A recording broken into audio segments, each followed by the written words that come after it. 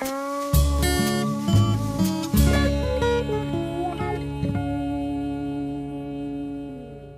me start by looking at this roller crimper. I have lived in South America for 7 years, and in Brazil for probably 50 to 60 years. They've been rolling cover crops. The advantage of rolling is if you can kill it by rolling, then you have a perfect mulch. If you chop it with a flail mower, it works, but the chopped cover crops will be mineralized much faster, and so you lose your weed control, at least faster than you would with the roll. So how I started rolling is many years ago when I started, I grew a very tall stand of rye. It's probably 7 feet high. And I didn't have a flail mower. I didn't have any type of roller. And so I borrowed a flail mower from the state. And my technician, I told him to turn it on and to chop that 7-foot high rye. Well, he went in and went about 20 feet and it broke. And boy, was I ticked, because he was supposed to go slow and he went fast and he broke the machine. So I said kind of angrily, "I'll take it out."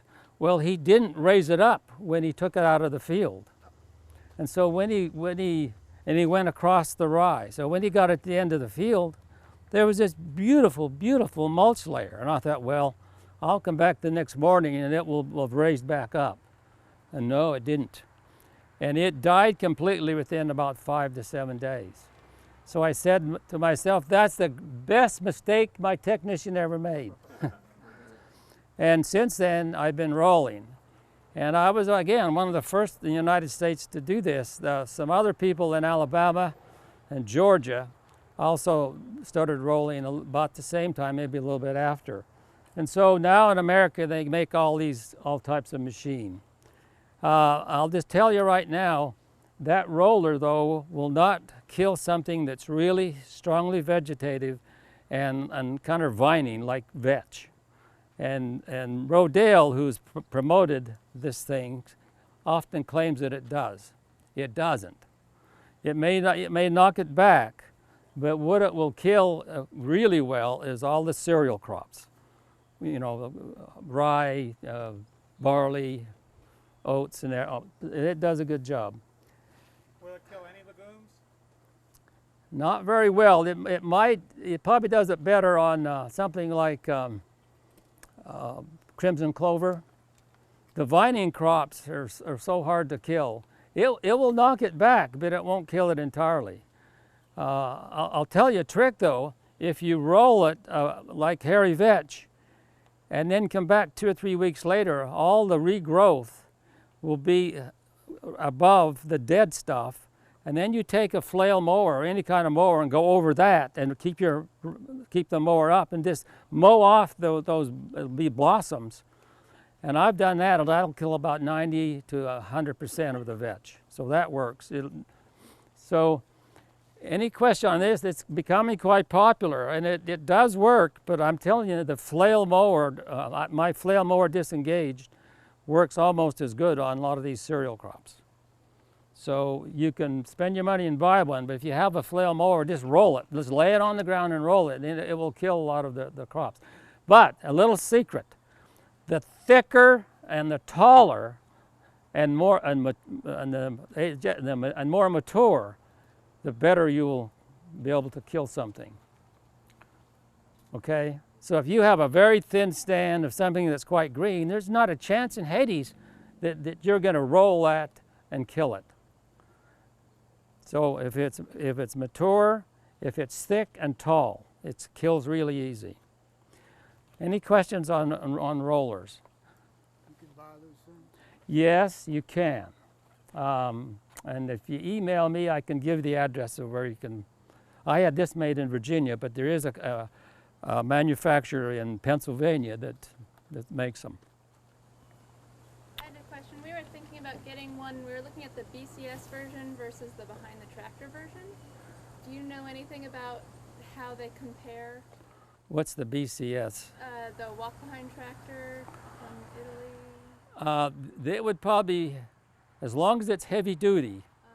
See, you can't roll that with 25 pounds. My flail mower weighs 1,000 pounds. It's 6 foot wide. That's 6 foot wide, and you fill it with water. I'm not sure what. So it has to be heavy to roll something. So if it's really kind of wimpy, I'm not sure it'd do as well as something like I this. know people were bolting on like barbell weights. There you go. There's your answer right there. You have to have weight to make this thing work. And I assure you, I know. I've been doing it for almost 30 years. So it really works. Yes. I have a question. I thought that your beds were 4 feet wide inside the wheels of the tractor. Yes. And so I don't understand why you have a 6 foot wide roller. That's because everything is not on beds. I do some things that are not on raised beds. Oh. Okay. Good. Oh, by the way, the only dumb question is one not asked. Okay. The only dumb question is one not asked. So please, I like you to ask questions. It goes better. Yes, Pat. Can people buy 4-foot versions of that? Or are they Yes, I have a 5 foot version, and I'm pretty sure the company would make any size you want. So, tractors out here are pretty small. yeah, right. 4 foot would be ideal here, I'm sure. Okay, let's talk about this compost applicator. After I invented this no-till transplanter, I laid awake nights thinking of new things that would work on my conservation ag plots. And one of them was a compost applicator.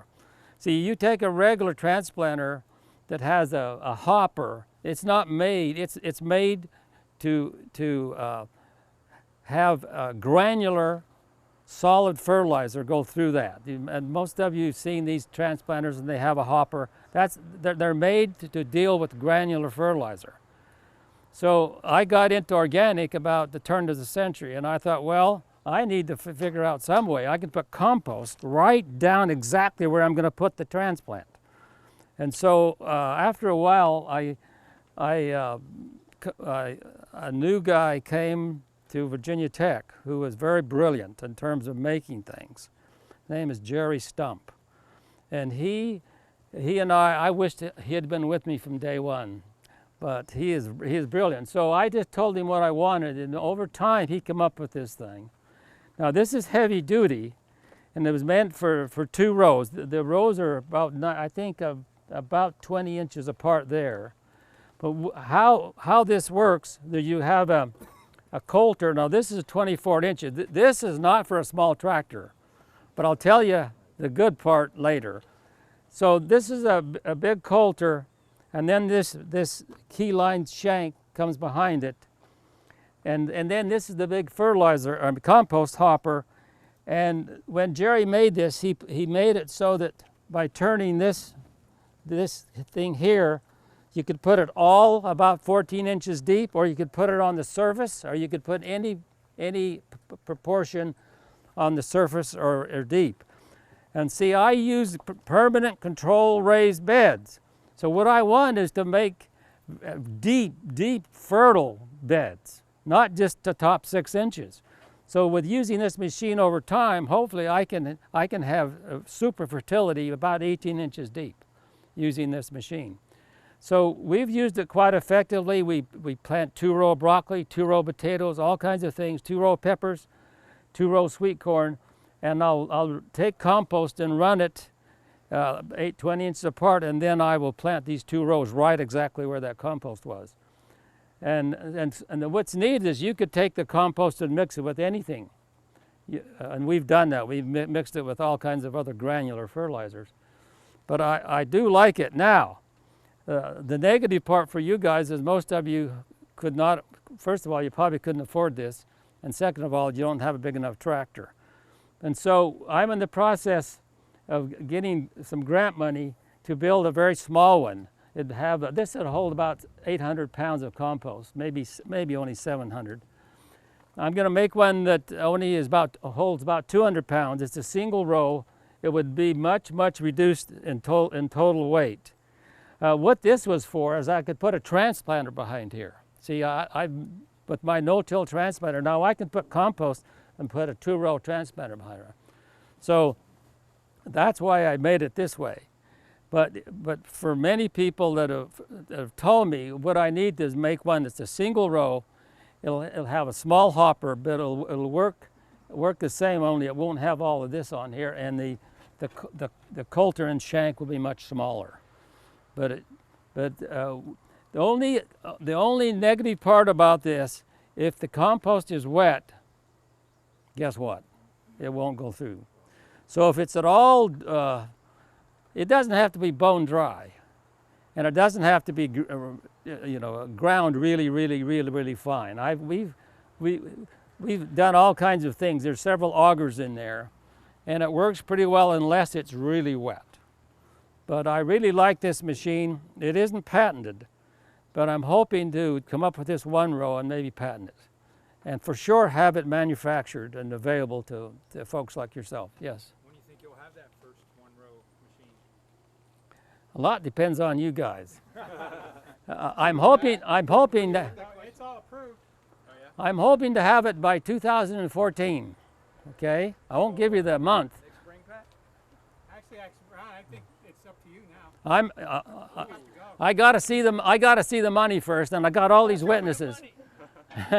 Oh, look at all these witnesses here. That won't be a problem. But Ron, I had a question for you. Yeah. The new, smaller one, how many horsepower do you think it's going to take? I would say you could get by with 40, maybe 35. That'll work. So 40 to 50 would be better, but we'll make it so a 35 horsepower could do it. That's pretty ideal. Okay? Yes. And then in the bottom, I thought I saw a little agitator too, right? In here? Yeah. Oh. Right about where you're at. Oh yeah. There. See what happened? If any of you been in and done any invention, if you think you're going to have the first model work really well, you're dreaming. You've seen too many Walt Disney movies. I'm just telling you, it takes time to come up with something that really works. But this works fine as long as it's not wet. Okay? Any questions on this? Do y'all think this is something you'd like? Yeah. And see, what's exciting is John Nielsen, he's made this prime charcoal, but he's also going to mix this biochar with compost in a 50-50 ratio, and it'll be on the market soon, right, John? Yeah. Spring. And that would go through this machine. But the idea is, for growers, they could get biochar, they could put it in a compost, let it sit a little bit, and the biology of the compost will move into that char, and then you'd be able to put something out that would permanently increase your fertility. See, the compost might last 10 years if you're lucky, but with charcoal in it, it could be 1,000. And there's been proof in both the Amazon and in the grasslands of the United States that most of the cation exchange capacity, so most of that soil's ability to provide nutrients and hold nutrients, is due to charcoal that was added prior to white oak showing. So the Native Americans here, they burned the prairies to make great grasslands, so you'd have all your buffalo and elk and everything else you want to eat out there, but it also built the fertility of soil. And they had to do their agriculture by hand. They did not have steel, they did not have domesticated animals. The same thing happened in the Amazon area. They did not have either of those things, but they could get really high levels of soil fertility, which they're still mining on the Great Plains today. So if you can make char, blend it with compost, you can more permanently increase the fertility.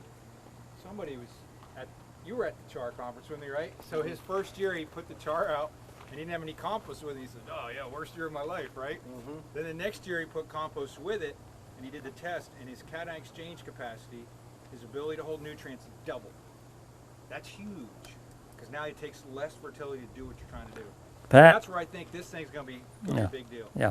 Well, just one other example. Like we have a greenhouse, and the soil was non-existent. Basically, it was subsoil. So we kind of made soil. We did 30% pond muck, which is high organic matter, and compost that was just 5% char, but a lot of it, like 2/3 of a yard per 80-foot by 30-foot row, 30-inch row. And our cation exchange capacity is 21.5, which is just under native prairie soils. So it can be done. Yeah, it's What's the normal cation exchange capacity here? Like 8 or something? Yeah, and we usually can get 12, 15 if we just do no-till for a while and work compost in. But that last third, that's a big jump. You know, that's a real big jump. The char doesn't break down. It's called recalcitrant. So it's going to stick around, and the biology that's in there is going to stick around. And some of the nutrients that are in there are going to stick around, but they're still root available. So now you got this time release capsule that's going to be there.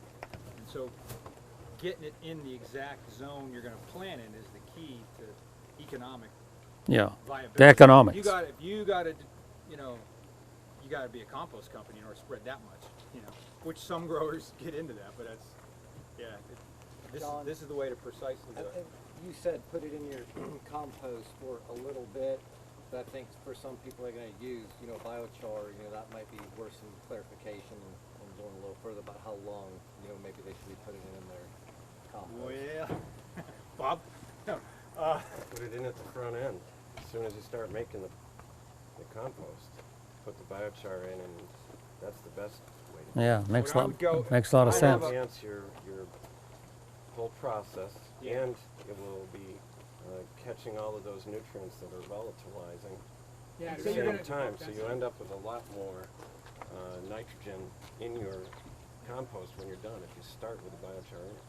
In my version of composting, you know, I use Turner and I knock it out in about 6 to 8 weeks. So at 4 weeks, you got 50% shrinkage has already happened.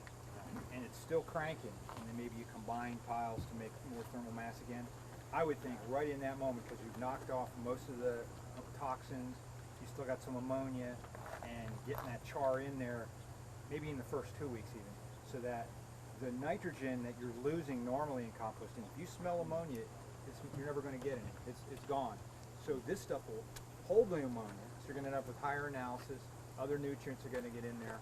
So yeah, basically, I mean, you have to experiment, but when I build a pile, it's like the first couple days of just getting it really going and cranking. Then you're going to see this start the shrinkage happen really fast, and you would want to get in there pretty quick after that, so you're holding all the stuff that would be volatilizing. And then, you know, compost, if you can let it cure a little bit, if you let it sit a while, then beneficials come in after it cools off, and you want those beneficials in the char too. So, And a huge side benefit is that as it is catching all that ammonia and so forth, it's also catching the smell, so your neighbors don't complain.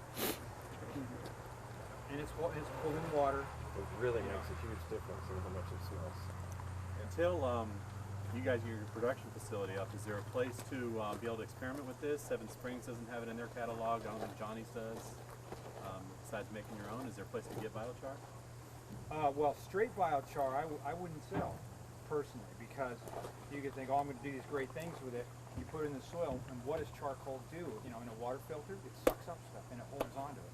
So you could have his experience, which is the worst year of your life, you know. But we can play with making our own compost tea, put it in there.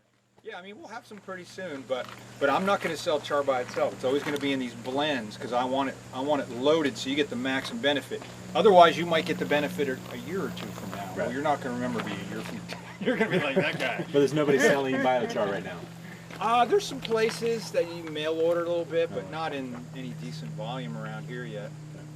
There will be. Stay tuned. Stay tuned. Yeah, but I think this applicator is going to be big for, you know, a certain scale of grower that can get it right down the road, because that's where the money's going to be, on right where the plant is. Ron, how deep does that go? I'm trying to visualize. It would go down probably 16 inches. Isn't this the adjuster right here? Yeah, but see, it falls down here. Yeah, so it's applying whatever's in the hopper. How deep?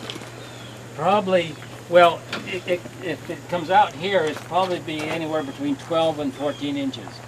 But if you just adjust that, all of it can be on the surface, or you can adjust it to have any proportion, you know, like half here and half on the surface. So the reason I like that is I like some of it down deep to encourage the microbiology development down deep. So that's why we had this simple, yes. Ron, I would think that if you were just starting out, though, you would take a while before you started going that deep, right? Probably so. Otherwise, I don't think the air would get down to it. You got to kind of build up that. That's right. My soil. beds have been in place for about 12, 14 years. So they can take that. You go down 12 inches the first year, and you're just going to have it sitting there going anaerobic probably. Yeah, You got to probably so. condition your soil to get it down That's that deep. a real good point. Yeah. Real good point. Any other questions on? I guess I am biased, but this machine and this machine, I'm really quite proud of because I do think they both have a market. Any other questions? Do you have any idea what the price point might be for the single row one that you're hoping to develop? Oh boy. Or ballpark range? I have got the fog state. Oh boy, this is challenging because if I say something, then it'd be on the video. This part's subject to change depending on manufacturer's I would, cost. Times 2, and then you can always come down. I would say hopefully that you could make one that could be effective between $3,000 and $4,000. I just don't know. It might be more. It could be a little less. See, it's like anything. It's like buying a car. How much junk do you want to put on it, right? And the same thing here. If you wanted this, and if you wanted to beef it up, so you could. So if you make it really plain Jane, if you will, it might be. You might could get it for $3,000. See, the cost is building this thing. It's not the frame and the coulter and shank. You can buy them in 20 different places. It's making this. So, I don't know. I knew someone was going to ask that question. Stay tuned, yeah. Stay tuned. And Next field day, right, Pat? yeah. Okay, this is the next one. Again, I laid away nights because, and the reason I invented this is because I have these permanent raised beds, and like the gentleman here said, they're about anywhere between 40 inches and 48 inches on top, and then you got maybe 2.5 feet in the traffic zone. So I have spent all this time building up those beds. I don't want to destroy them if I opt to use plastic. And if you ever know anything about a regular plastic laying machine, first of all, you have to till everything, and then the plastic laying machine just throws all this soil to cover up the ends so it doesn't fly off the bed. So what we did is very simple. We have this coulter again and shank. You may have to come around the side to see it, but there's a coulter and shank just like this. I was thinking, can we pull it up so people can get around? Well, More room? if they want to, There's room back here if he wants to the other side. let me finish. Let me just finish my story and then you can mosey around this thing. Okay, so you got your coulter and shank. So what does that do? It slices but this is 30 inches apart. So it makes 2 slices, and this shank is very gentle. So it just makes a little groove about 1 inch wide. And it's probably 6 to 8 inches deep. Okay, then you lay down plastic on top of this bed. And this is actually a coulter system, but we just took some metal and put it around here so it wouldn't cut. All this is the same as another coulter, but we just put some metal and welded it on the sharp point so that it wouldn't cut. So envision that we made the little slit. You lay the plastic, and this then pushes it straight down into the soil. And so on the other side, we have something growing that doesn't destroy anything. It just pushes it straight down. Where a regular plastic laying machine, you have these coulters, not coulters, they're, anyway, they're shank type thing that actually throw the soil. They had to dig the soil and throw it on the ends of the plastic disc. Now, I'm almost 75 years old, so once in a while I have senior moments, okay? So you see, understand how it works? You open up a little mini trench, and then you lay the plastic, and this then shoves it down in that trench. And I know you won't believe this, but this worked the first time we built it. And we still have some things we want to do to improve it. Also, we put a drip tube down also at the same time. So what we're going to do is mount a couple of little disc type things that will actually cover up the area a little better. Because sometimes if it's a little bit wet, it'll push it into the soil, but it'll leave kind of an open, kind of gapped open a little bit. If you just put a little coulter type thing and push it in, we've been talking about it for 4 years and haven't done it. It'd be really simple to do. Now, Yes. to clarify, is this going over spaded ground or print? That is an excellent question. That's why I want questions. The reason is there's hardly anything I haven't done. And so when I developed this, I thought the perfect thing is to take something like hairy vetch and just lay it down, roll it down, and then just lay it on top. And it doesn't work because then you leave, after the vetch is mineralized, the plastic then is just flopping on top of the bed. And then if you try to put a plant through that, you're planting through 2 inches. And we had all kinds of bugs that get in there. So to answer your question, we flail mow the top, and then we till it in just very shallowly. And anyway, that is an excellent question because many of you are probably thinking it. Yes. Do you have any issue with the plastic shrinking up from the heat afterwards? No, it doesn't have a problem. What's conservative about the plastic? What do you use the plastic for? Conservative about it. Well, this is approved by the Organic Grower Association, and what I like is it totally controls the weeds, and then we bring it back up and throw it away the same year, and then plant a cover crop. So people ask, well, you're destroying the soil by covering it with plastic? The answer is no. If you have a high amount of organic matter, put this plastic on here for 90 days, to me it's not causing much problem. Now if you left it on for 3 years, I guarantee you would have cement under there. But my beds are full of organic matter. And so when I lay this on there, sure it may burn it up a little bit more because this produces heat, a plastic. But and I knew that would be asked here too, because it always is when I give these talks. People are concerned about, but the National Organic program, NOP has approved plastic, so it's okay for organic growers. Right. Yes. Will that lay the paper mulch? Can you lay paper mulch with that? I haven't tried it, but I hope it will. I hope to do that soon to answer that question. That is a super question also, yes. And then I got the other question, what I really want to use always is fabric. What about fabric? I'm sure it would lay fabric. There's no reason on earth why it wouldn't lay fabric. Seems like I tried fabric for the other layers and I just couldn't get enough soil on it. But it seems like putting it in that trench would work. Oh, it's fantastic. And then again, you would bring it up that fall, plant your cover crop, and I would wager that over a 10-year period, doing this every year, or at least every other year, your organic matter level would not go down. In fact, it might even go up if you're pumping in compost plus. I'd say we'll buy the fabric if you'll try it. You got a deal. There's another witness right there. The reason for the fabric is because it will be reusable? Yes. And it breathes. It's not reusable.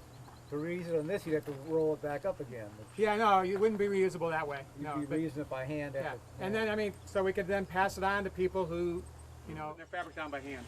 When you say fabric, what do you say? You landscape fabric? Landscape fabric. Yeah, with the whole. Yeah, it breathes. Yeah, I really like landscape fabric.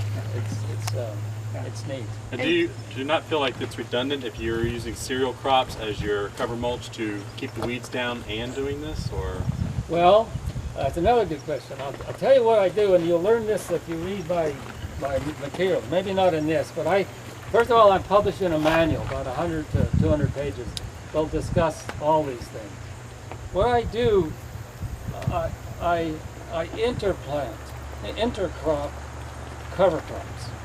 So this picture is a 6-foot bed with about 48 inches on top and then 2 feet in the traffic zone. I put almost solid rye in the traffic zone. Why?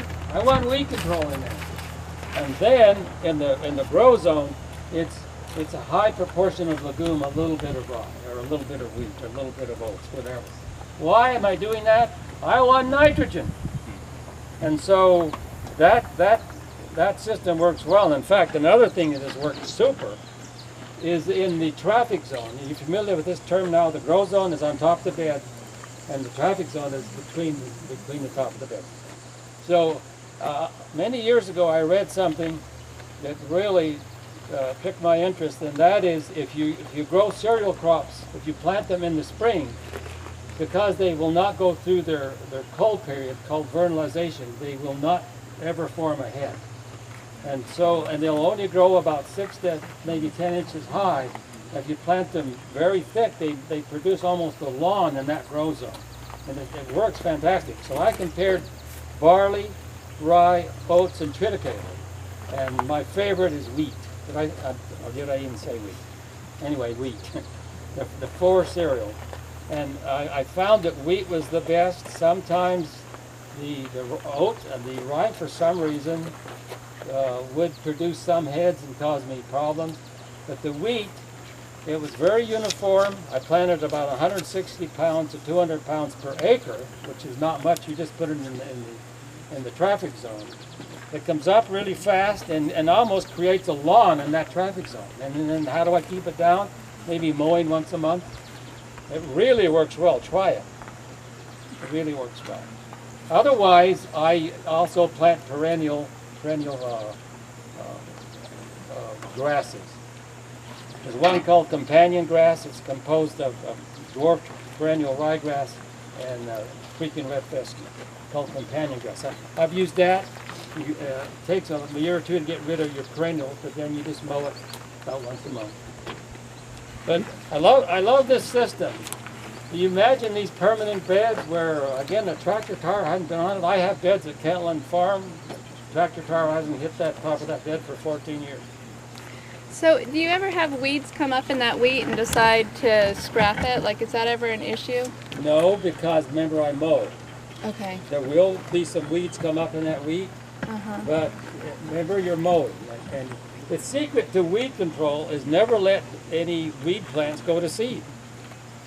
I know that sounds easy up here talking from this platform, especially right in 2013 where it's been a weed haven. But anyway, I really like this system of permanent control. This was made for that, and this was made for those systems. Both of them were tailor-made for my conservation farming system. Use of the roller and this machine are incompatible then? No. Why would they be incompatible? You're just saying you need The roller. tilled soil, using the roller there, and then rolling plastic over it. Talking about it getting slack when the cover crop mineralizes. You said you don't use legumes in your bed much because they don't crimp, right? Well, no, I don't need that. I don't need the crimp. Well, you don't use crimp when you use the legumes, put it that way, right? But see, I plant my legumes and I flail mow it. See, what I do, I plant mostly legumes in the grow zones, and then I flail mow it. That chops it up really good. And then I incorporate it shallowly, maybe 2 inches, and then lay it. So Ron, I think his question is, you don't really use the roller in conjunction with this because you're working the soil in. I'm sorry. That was his question. Yeah. I'm sorry, I didn't understand. That's right. That's right. In fact, the roller, the best use of the roller, frankly, is on flat land. But if your beds are, so a lot of times your beds get rounded, and the roller has to have a perfectly flat surface. And to work perfectly well, it has to be hard. So the top of my beds, a lot of them are soft. So I actually don't use the roller much anymore. I use the flail mower to flail those the grow zones, and then either use this, or if I don't want to use plastic, I'll just grow broccoli, whatever else, lettuce, spinach, in these tilled areas. So you wouldn't encourage using that for permanent raised beds because that would compact it, wouldn't it? Yeah, I wouldn't use it, frankly. I can tell you that there are people at Steps and a guy I know in the mountains that are working on making a roller that will work on a raised bed. Yeah, I know people that are trying to. It's really tough. But it would not compact the soil? It has to compact the soil some. Yeah. But That- the amount of compaction with that kind of the more you spread out weight, That's right. it's not compaction like a Right, tire. like a tire. Or That's even right. a foot, you know. That's And right. it's just firming, you know. And the more organic matter will also help that. I've used it on top of my beds and then planted no-till. I planted 2 rows of broccoli and a no-till on top of the bed. It works, but the problem, your tractor tire is taking care of some of it, then you have these shoulders of your bed. Nothing gets it. Because nothing, and that's why they're trying to invent a roller that Roll on the will side. have Yeah. little side rollers. I've thought of that, just never tried to do it. What if you planted perennial clovers in your pathways and then just rolled your top, like planted rye on the top and just rolled your top of your bed and then had perennial clovers I think, in the yeah, pathway? And the sides of your bed? And the sides, yeah, you have I've to. already done that. It works really well. I planted on the shoulders white clover. And that's a really good idea. I like that. It really works.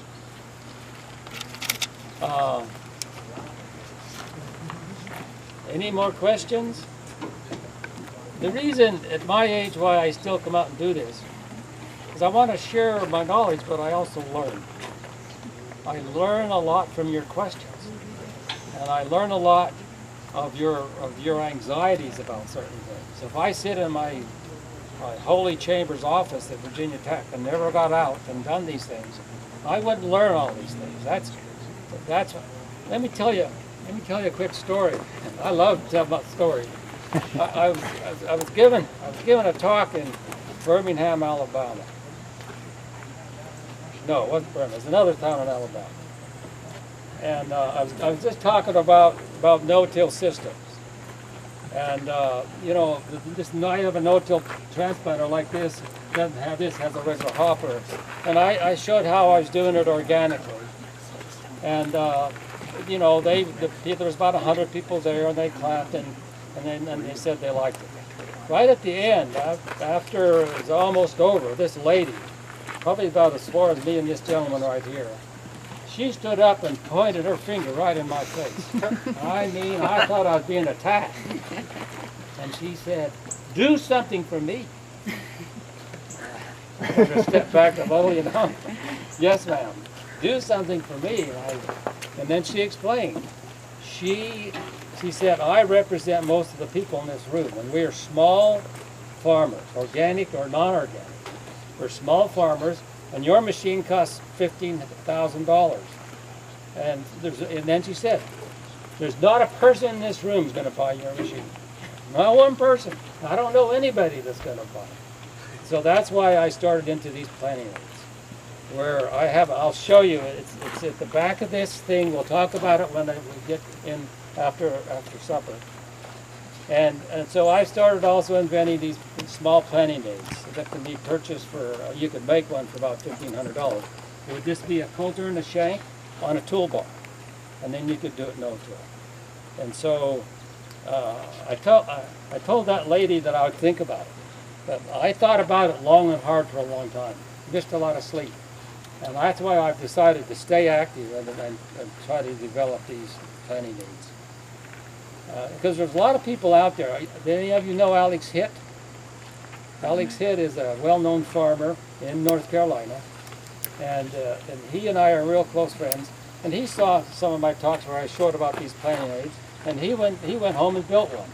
And he uses it all the time. And so there's a lot of things you can do without buying a $15,000 machine. So we're going to simulate what a flail mower does to a bed, just with a smaller walk-behind tractor. Okay. So we have a flail mower demonstration right here we could do next, Ron. Is that okay? Sounds good. And then we'll just meet up there again. Yeah.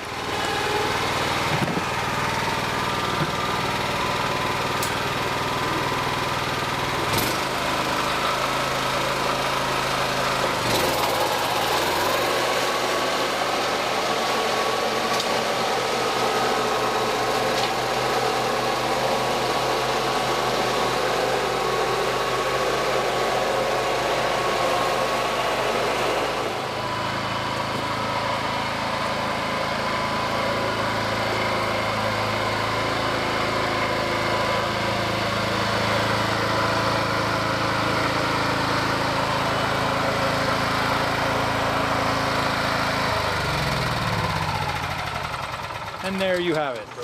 Ta-da! That would be quicker than a size, wouldn't it? Yeah.